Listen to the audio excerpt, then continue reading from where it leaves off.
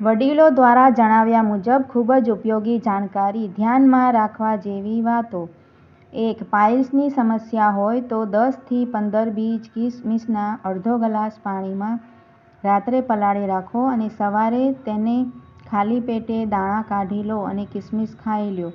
તેના ઉપર પાણી પીઓ. આવું સતત કરવાથી 1 મહિના સુધી તમને ઘણી જ રાહત મળશે અને તમે સંપૂર્ણપણે સ્વસ્થ થવા માંગતા હો તો 3 મહિના સુધી તેનું સેવન કરી શકો છો. 2. કાચું પનીર ખાવાથી મગજ તેજ થાય છે અને પનીરમાં મળતું વિટામિન બી આપણી યાદશક્તિને તેજ બનાવે છે.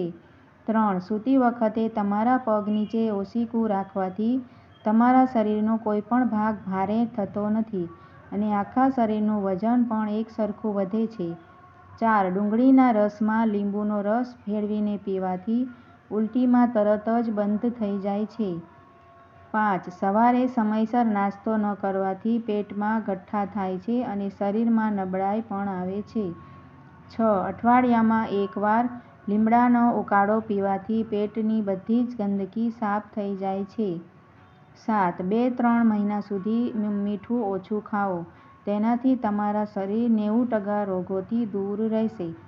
8. લસણ ખાવાથી લોહી જાડું થતું નથી અને શરીરમાં તાજું લોહી પણ બને છે. 9. જો ઈજાને કારણે શરીરના કોઈપણ ભાગમાંથી લોહી નીકળતું હોય તો ફટકડીનો ઉપયોગ કરીને રક્તસ્રાવ બંધ કરી શકાય છે. તેના માટે ફટકડીને પાણીમાં બોળીને લોહી નીકળતી જગ્યા પર ઘસવાથી રક્તસ્રાવ બંધ થાય છે. 10. આયુર્વેદ અનુસાર શેકેલું લસણ તમારા માટે શિલાજીતનું કામ કરે છે. તેમાં એલિસીન હોય છે. 21. કોળાના બીજ કેન્સર અને હાઈ બ્લડ પ્રેશર જેવા અનેક રોગોને નિયંત્રિત કરે છે.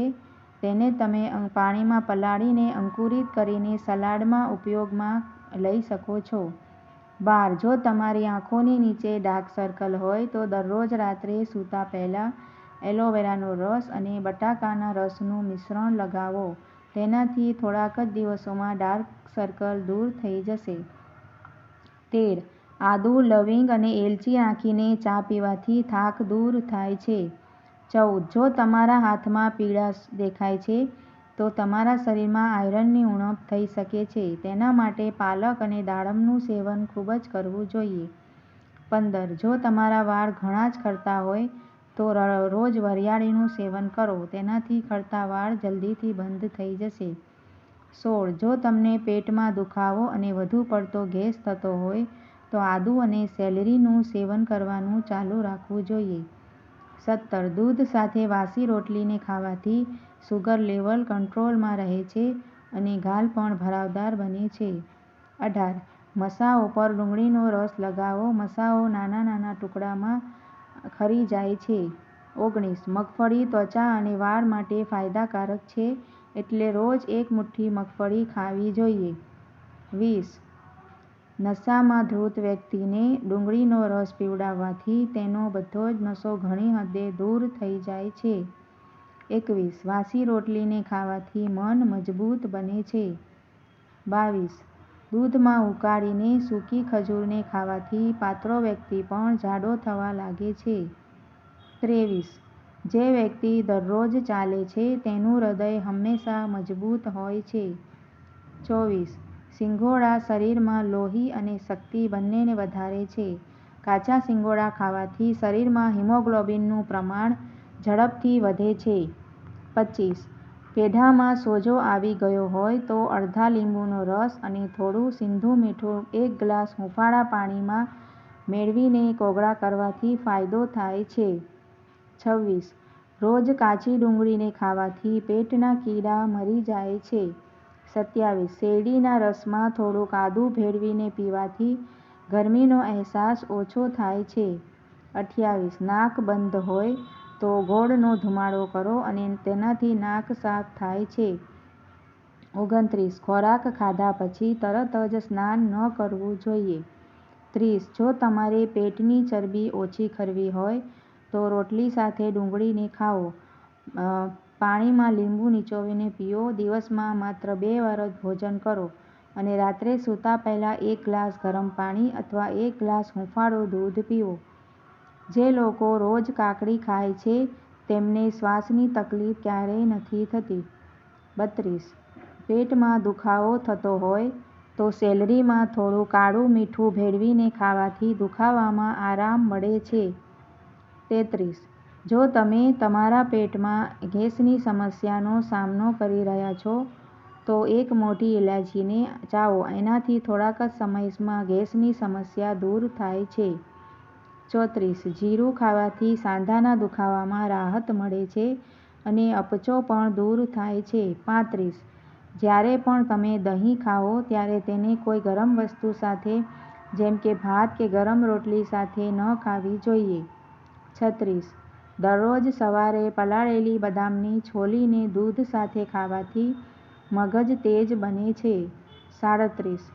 જે લોકો મેદસ્વી છે અને તેના પગમાં તાણ છે તેઓએ ભાત ખાવાનું ટાળવું જોઈએ.